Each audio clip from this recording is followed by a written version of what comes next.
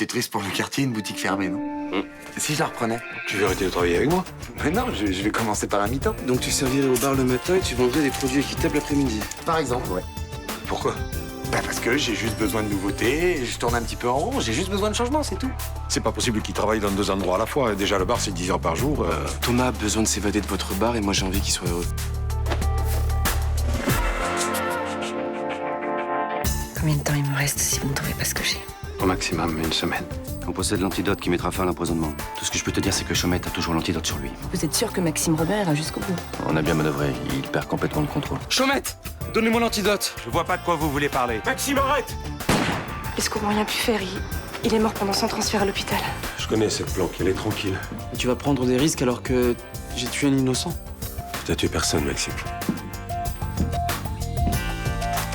On est vraiment bien, sans cesse, qu'on soit noir ou blanc, si on tend la main pour elle, la vie est plus belle. Donne-moi ton arme maintenant. Je l'ai tué. Donne-moi ton arme.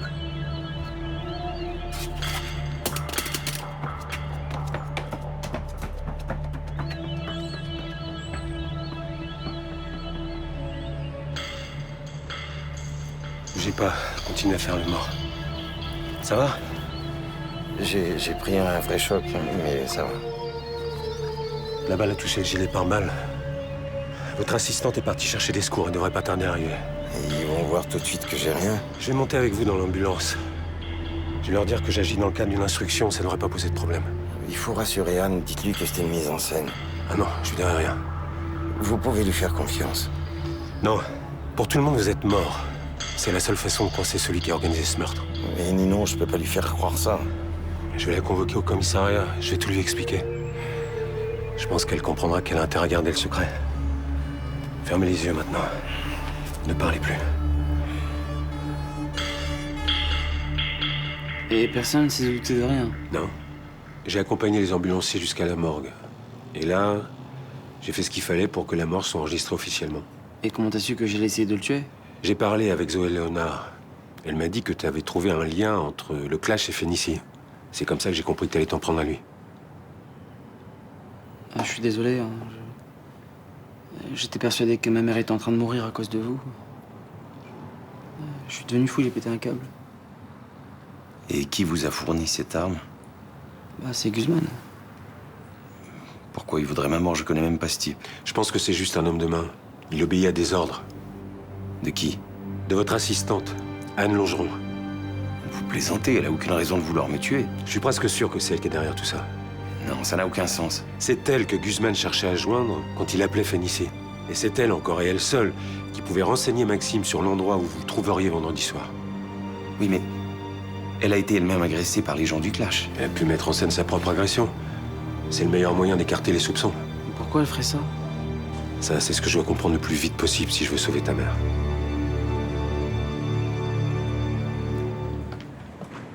Alors? Ça bosse dur, on dirait. Bah écoute, je fais du rangement dans le stock de Luna. Écoute, il y a encore pas mal de marchandises à écouler. Ton père a fini par accepter l'idée que tu fasses un mi-temps en bar? Pas encore, mais j'ai tout prévu. Je lui ai fait un planning pour faire passer la pilule. Eh ben, t'as intérêt d'être convaincant, parce qu'il est pas prêt de te lâcher. Ah bah regarde. Le mercredi et le vendredi sont les jours où le bar est le plus fréquenté. Alors j'assure tous les services du midi, et pour le reste, Mélanie est sur le pont. La boutique est fermée quand t'es au bar? Bah non, mais je vais embaucher Johanna. T'en as parlé à Mélanie, elle est d'accord? Non, mais attends, elle va se retrouver toute seule avec papa que pendant les heures creuses. Ils peuvent quand même se partager la terrasse et la salle tous les deux, non? Bon, sur le papier, ça a l'air de marcher. Mais le fond du problème, c'est que Roland a l'impression que tu l'abandonnes. J'hallucine. Non mais regarde, entre la boutique et le bar, il y a quoi? 50 mètres? Mais pour lui, c'est comme si tu partais t'installer aux Antilles. Oui, bah faut qu'il se détende, le gamin, parce que j'ai pas du tout envie de rester toute ma vie à lui tenir la main derrière son bar. Ça va être difficile. Mais non, Mélanie va accepter mon planning, et comme ça, papa sera bien obligé de me laisser reprendre la boutique. Voilà. Je vais te dire.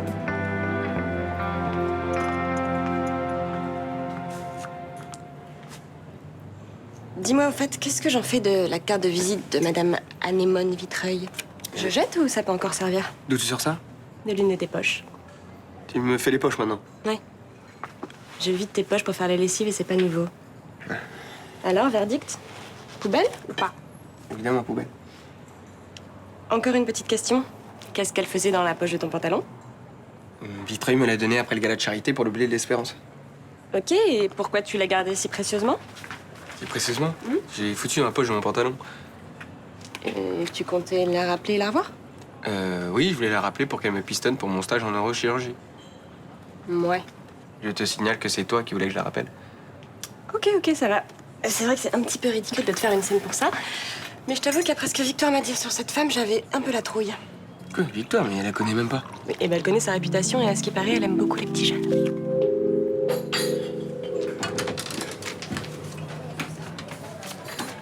C'est bon, papa. Regarde.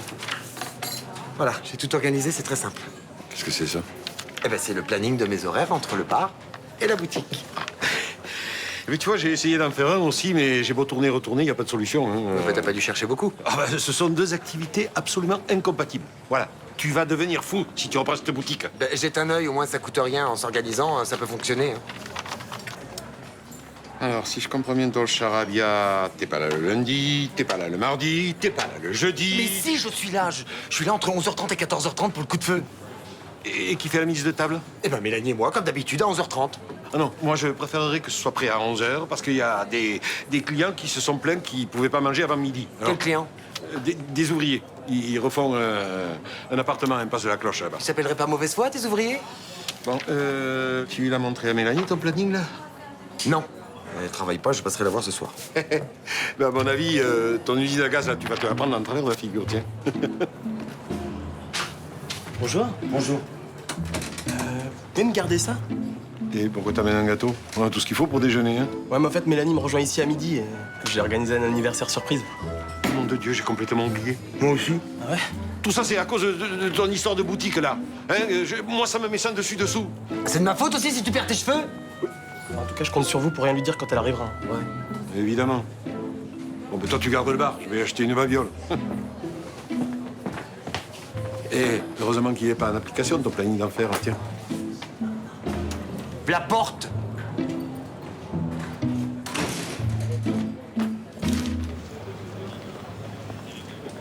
Je vais pas pouvoir continuer à vous couvrir très longtemps, Castelli. La chambre d'instruction me met la pression, il faut que l'enquête avance. J'ai besoin d'encore un peu de temps. Je suis sûr que c'est Alain Longeron qui est derrière tout ça. Il faut juste que je rassemble les preuves. Mais c'est ce que vous m'avez déjà dit vendredi, on est mardi, vous n'avez rien de plus. J'ai recontacté Maxime Robin. Maintenant qu'il sait qu'il a pas tué Vincent Chaumette, il va collaborer. Et comment? Je lui ai dit d'appeler Guzman pour qu'on lui tende un piège. Qu'est-ce que ça a donné? Pour l'instant, rien. L'autre refuse de répondre à ses appels. Et pourquoi il le ferait? Si c'est bien Anne Longeron qui est derrière tout ça, pour elle, c'est terminé puisque Vincent Chaumette est mort. Elle voulait pas seulement tuer Chaumette, elle voulait aussi que Maxime soit envoyé en prison pour ça. Mais pourquoi elle en voudrait à Vincent Chaumette et votre beau-fils? C'est quoi le lien entre eux?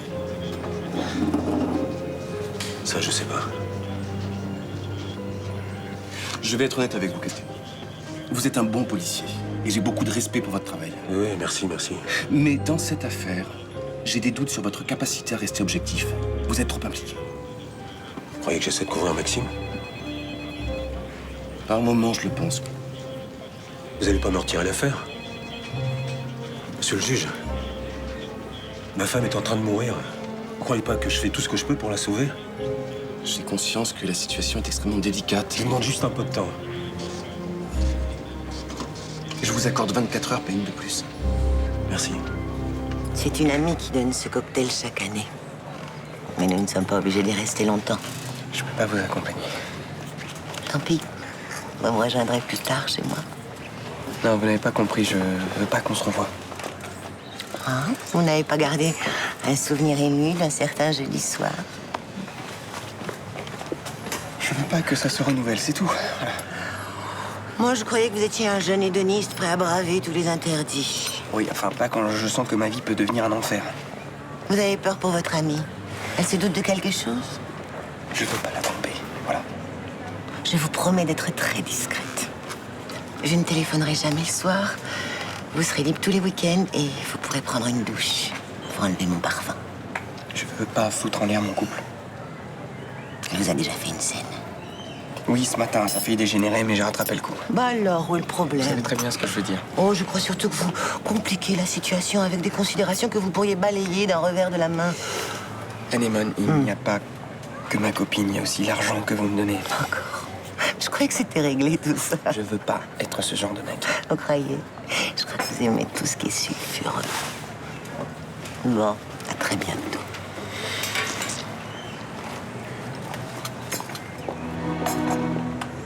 T'es dans la merde, là. S'il te plaît. Qu'est-ce que Maxime Robin a eu le temps de dire à Vincent Chaumette avant mon arrivée vendredi? Son discours était confus. Il a parlé de sa mère qui était en train de mourir, d'antidote. J'avoue que j'ai pas compris. Il était visiblement pas dans son état normal. Et Vincent Chaumette avait l'air de comprendre de quoi il parlait?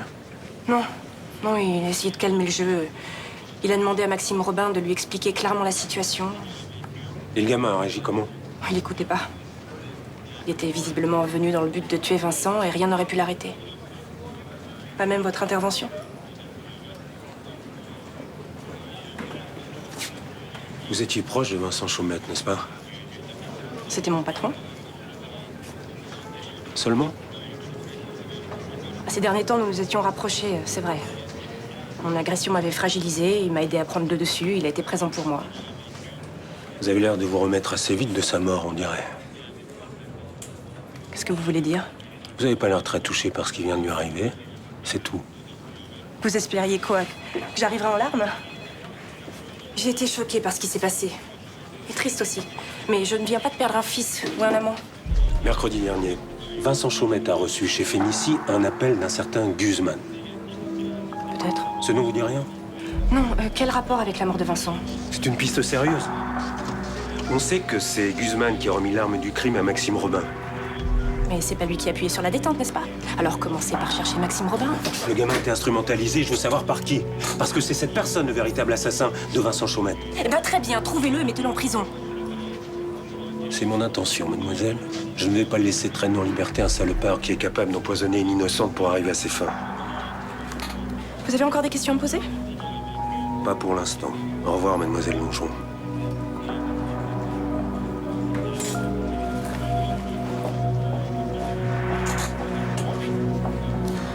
Bon, qu'est-ce qu'elle fout, Mélanie? Ça fait une demi-heure que tout est prêt.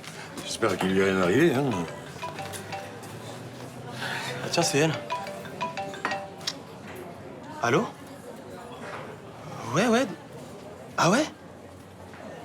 D'accord, ouais. Non, t'inquiète pas. Bah, je t'embrasse. Et bon anniversaire, quand même. Elle s'apprête à aller à la gare, elle s'en va en Italie.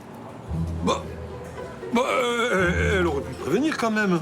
Apparemment, elle a décidé ça il y a 1 heure. Elle en a marre de Marseille, des mecs, de tout. Elle préfère aller chez sa grand-mère plutôt que de déprimer ici. Bon, après tout, elle a raison, hein. Autant qu'elle se change les idées. Je suis désolé, ton beau planning, là, il tombe un peu à l'eau, hein. Oui, bah sois pas si triomphant, je vais essayer de lui parler avant qu'elle prenne son train. Qu'est-ce que t'es égoïste, toi? Hein? Mélanie a besoin de repos. Toi, tu préférerais la retenir à Marseille, et là, juste pour ton bon plaisir. Je veux savoir comment ça s'est passé exactement. Hein? Tu crois que c'est moi qui lui ai demandé de partir, c'est ça? Ah, mais t'en es bien capable. Ouais.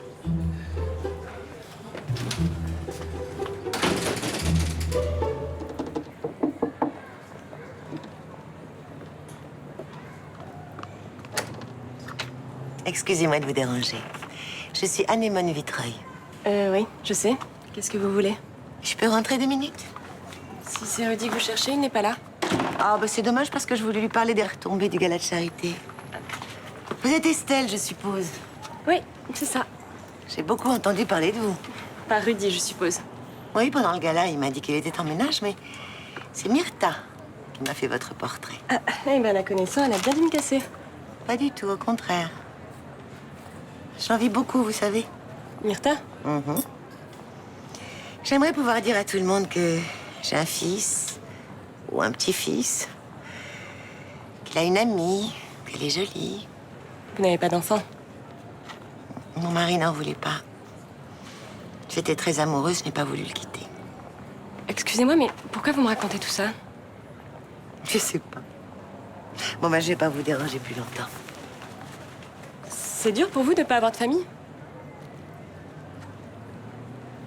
C'est pas facile. Et c'est pour cette raison que vous recherchez la compagnie des jeunes? Des jeunes en général ou de Rudy en particulier? De Rudy, bien sûr. Il est le fils que je n'ai jamais eu. Myrta sait que c'est important pour moi. C'est elle qui a insisté pour qu'il m'accompagne au gala de charité.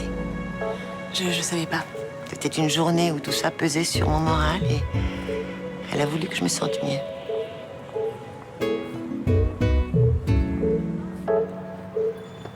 Mélanie, Qu'est-ce que tu fais là? je voulais savoir, c'est mon père qui t'a demandé de partir? Non, non, non, pas du tout. J'en peux plus, je suis usée par tout ce qui m'est arrivé. Enfin, c'est pas une solution de fuir, non? C'est la seule que j'ai trouvée. J'arrête pas de penser au père d'Arioche, à mon attitude ridicule et faut que je fasse le point. Ah, d'accord, mais tu peux pas le faire ici avec nous? La seule qui peut m'aider, c'est ma grand-mère. J'ai besoin de parler à quelqu'un qui sait rien de ma vie ici et la mieux placée, c'est elle pour me donner de bons conseils. Mais tu vas si mal que ça? Ouais. J'ai l'impression que je serai plus jamais heureuse avec un homme. Oui, ben c'est tous mes rêves de petite fille qui s'envolent. J'aurai pas de maison, pas d'enfant, rien. Et Mélanie, faut que tu sois patiente, c'est tout. Oui, ben j'ai 28 ans aujourd'hui et j'ai toujours rien construit. Tout ce que j'ai tenté, ça a foiré. Bon, bah, si c'est ce que tu penses, pars. Mais au moins, reviens-nous en forme. J'ai pas eu le courage de prévenir Roland. Tu le diras. Ça, je crois qu'il a déjà compris. Ça m'embête de te laisser tout le boulot sur le dos. Ça, j'ai l'habitude. Tiens. Non, non, tu verras dans le train. Merci. Bon, allez, bon voyage.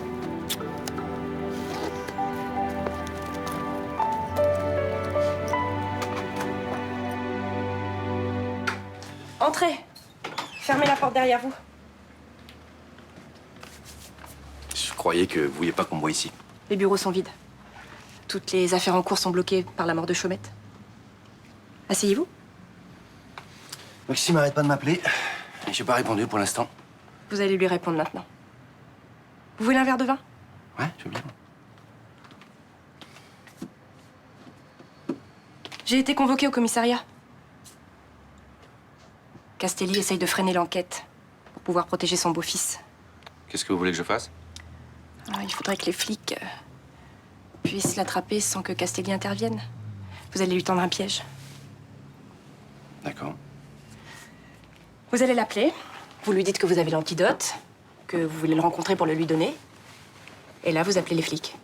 Bah, ils vont m'arrêter en même temps que le gosse, là. Gusman, soyez pas bête. Vous trouverez bien un moyen de vous défiler avant qu'ils arrivent. Ok, je trouverai une façon de faire. Je vous fais confiance. D'ailleurs, je vais vous le prouver. Qu'est-ce que c'est? Les enregistrements de vos petits secrets avec le TA. Vous n'avez pas de copie? Non. Ces enregistrements ne me servaient que pour faire pression sur vous.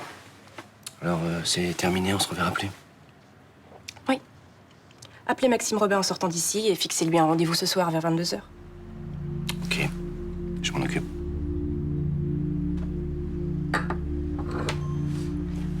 Au revoir, monsieur Gusman. Maintenant que votre vengeance est pratiquement terminée, vous pourriez pas me dire ce que ces gens vous avaient fait? Je préfère garder ça pour moi.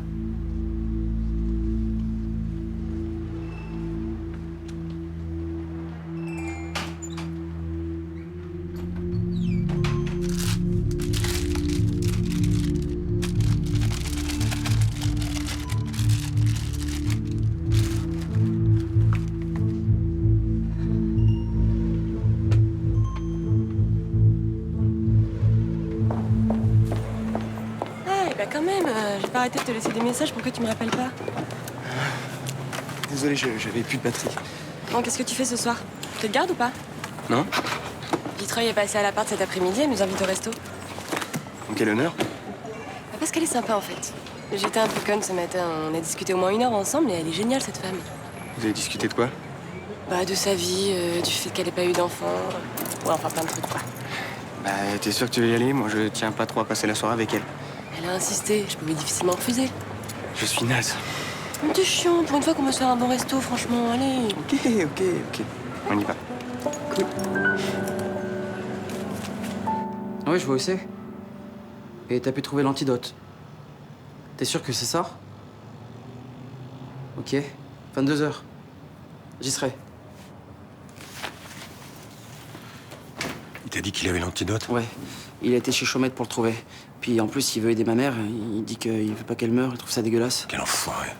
Tu crois qu'il ment? Mais évidemment, Mais il avait pas l'air. c'est un piège, Maxime. Je vais quand même y aller. Non, non, c'est hors de question. C'est moi qui vais aller à ce rendez-vous. Et si c'est pas un piège? S'il a vraiment l'antidote, Guzman, il va te voir, il va se tirer. Maxime, j'ai un doute sur l'existence de cet antidote. Je pense que Guzman fait ça pour arriver à ses fins. T'es en train de me dire que... Il y a peut-être rien qui pourra sauver ma mère, c'est ça? Si on trouve la toxine qui l'empoisonne, les médecins pourront peut-être faire quelque chose. C'est moi qui dois aller à ce rendez-vous. Mais à quoi ça va servir? Si l'antidote n'existe pas? Je vais coincer ce type et je te jure que je vais lui faire dire ce qu'il sait. Entrez, entrez. On va vous offrir quelque chose à boire. C'est pas dans mon habitude de déranger les gens si tard le soir. Ah bah, vous nous dérangez pas du tout. Et puis, on a envie de vous remercier de nous avoir offert un si bon restaurant. Non, pas du tout. C'était un plaisir d'être en votre compagnie. Bon, alors, je vous avoue qu'on n'a pas grand-chose, mais je peux vous offrir un café, un thé ou alors un Irish coffee. Rudy les fait très bien, d'ailleurs. T'as pas l'air d'enchanter, Rudy. Mais si. Ça te dérange pas de prendre un dernier verre avec Madame Vitreuil? Non, mais j'ai un peu mal à la tête et je voudrais pas aller me coucher trop tard. Bon, bah, bouge pas, je vais chercher une aspirine, alors.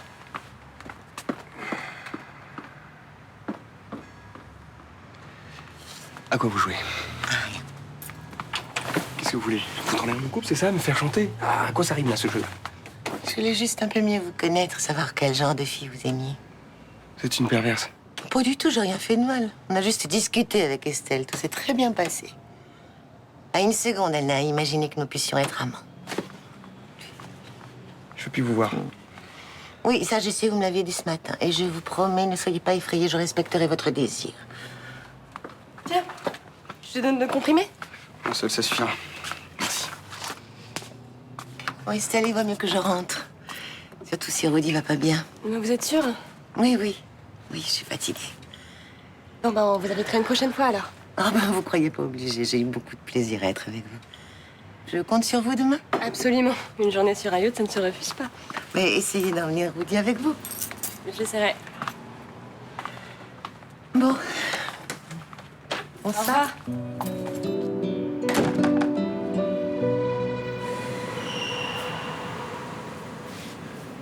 Qu'est-ce que vous me voulez? Je sais que tu travailles pour un dangereux. Je connais personne de ce nom, je sais pas qui Ma femme est en train de crever à l'hôpital, connard. Alors dis-moi ce que tu sais. je sais pas qui c'est. Qu'est-ce qu'elle a employé pour l'empoisonner, hein? Je sais pas. Mais dis-le! On bouge plus! Qu'est-ce que vous faites là? Un appel anonyme nous a prévenu que Maxime Aubin sera ici à 22h. S'il vous plaît. S'il vous plaît. Qu'est-ce qu'il a là? Je sais pas. C'est elle. C'est elle qui nous a piégés. Guzman!